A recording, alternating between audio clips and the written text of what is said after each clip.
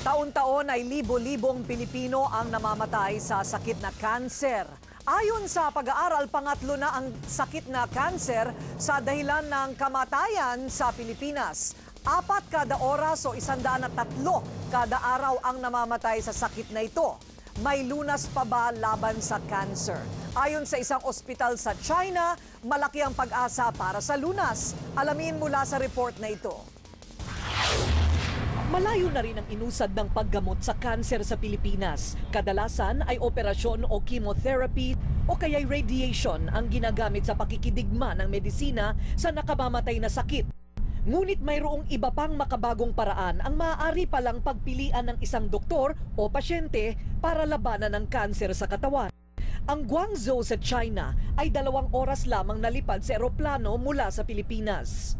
Dumadami na ang Pilipino na may sakit na kanser ang tumutungo dito sa FUDA upang pag-aralan ng iba pang pagpipilian para sa cancer treatment. Espesyalisasyon ng FUDA Cancer Hospital ang tinatawag na localized chemotherapy. Ito ang pagpapadaloy ng chemo diretso sa tumor o lugar lamang kung saan naroon ang kanser. Hindi na dumadaan ang chemo sa kabuuan ng katawan kundi doon lamang sa lugar na may sakit. Naiiwasan ang pagpatay sa malulusog na bahagi ng katawan at labis na panghihina na dala ng pangkaraniwang paraan ng chemotherapy. Pag after chemo, hindi ka nasusuka, hindi ka nanghihina. Ang FUDA Cancer Hospital din ang siyang may pinakamadami ng ginawang cryosurgery sa mundo.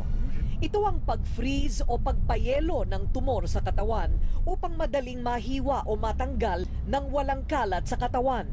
Kapwa ang localized chemotherapy o cryosurgery ay hindi inaalok o ginagawa dito sa Pilipinas. Ito si Peng Simei at ang malaking tumor na tumubo sa kanyang obaryo.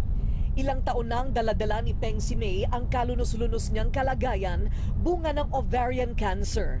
Subalit nang suriin ng FUDA Cancer Hospital sa Guangzhou, China at sumailalim sa kombinasyon ng surgery, chemotherapy at cryosurgery ay nailigtas ang kanyang buhay. Ito siya noon at ang kanyang dambuhalang tumor, ito na si Peng Simei ngayon at namumuhay na ng normal.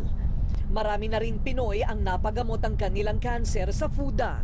Sa experience ko, yun ang the best option for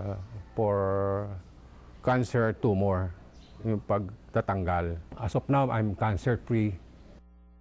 Bagamat walang 100% garantiya ang paggaling ng malubhang sakit na ito, ay wala nga raw inaatrasan na kaso ang FUDA Cancer Hospital sa Guangzhou, China. Gamit ang kanilang 8 makabagong at napatunayan ng teknolohiya bilang alternatibong protokol sa cancer treatment.